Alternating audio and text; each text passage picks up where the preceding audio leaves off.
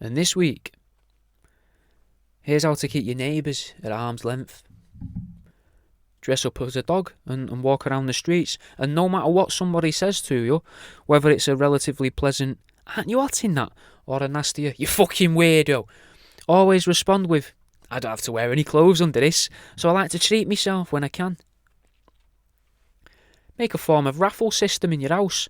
Maybe using, one of them hand-cranked bingo machines. Select a local road, and when you pick out a number, that's the house you're going to. Go to that person's house and pretend to be a travelling rug salesman that's, a bit down on his luck. Wear an obviously fake moustache, possibly made from the first page of your stolen carpet sample book. Explain to them that you really need the sale. Well, not even the sale, you just need them to sit through the sales pitch of the more handsome, better sexually equipped salesman from back at your office. And if you manage to wear them down enough and they actually agree to it, remove the moustache, place it back in the carpet sample book in the hole that you took it from, in the perfectly shaped moustache hole, call them an idiot to the face and tell them that you live round the corner at another neighbour's address. Print off new bus timetables and replace every other bus stop along the routes that you don't normally use. That way, you won't forget and mistakenly use your personalised bus timetable and not the actual bus timetable issued by the company. Start collecting cuckoo clocks and have them all poorly set so that they make the noises at different intervals through the day. Or maybe, if you don't want to annoy yourself too much, just have them set 5 minutes fast and another half of them set 5 minutes slow.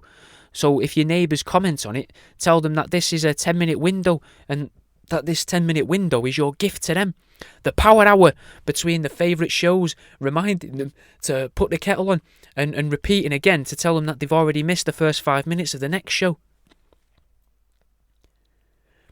See if you can get your hands on an automatic dialer, or better yet, if you're a bit flush, in certain months, maybe hire some of the local children for their appropriate minimum wage and have them set up office in your house, in your shed or in your garage, and order them to call random phone numbers out of a phone book and just recite predetermined jokes at the person on the other end of the call.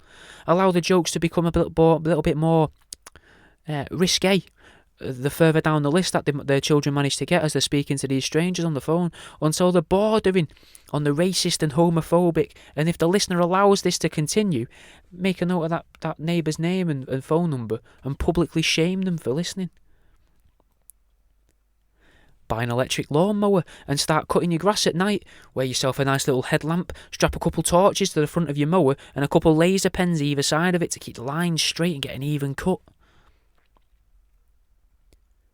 Put flyers up on lampposts looking to start a local choir, then hold the rehearsals in your back garden. Always have a couple paddling pools available so that the older women can cool their feet down, and insist on everybody facing south for better acoustics.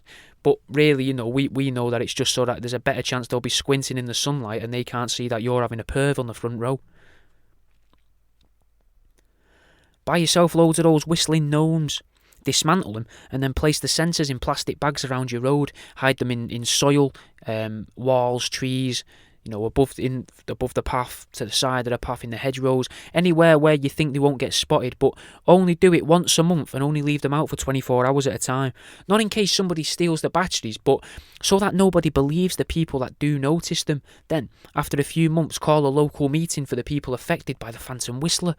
Work together to try and figure out who is doing it or what's causing it, and then after a year or so, just admit that it was you all along. When you've discovered your neighbours' birthdays, post some cards through the door using secondhand stamps so that they look real, but don't reseal the envelopes. This might make them think that the postman's been stealing the money out of them, or has been at least trying to steal the money out of them.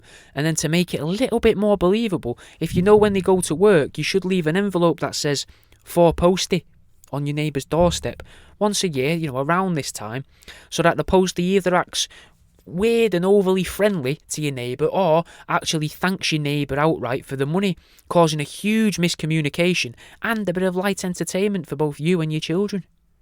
And that's the end of this week's Here's How.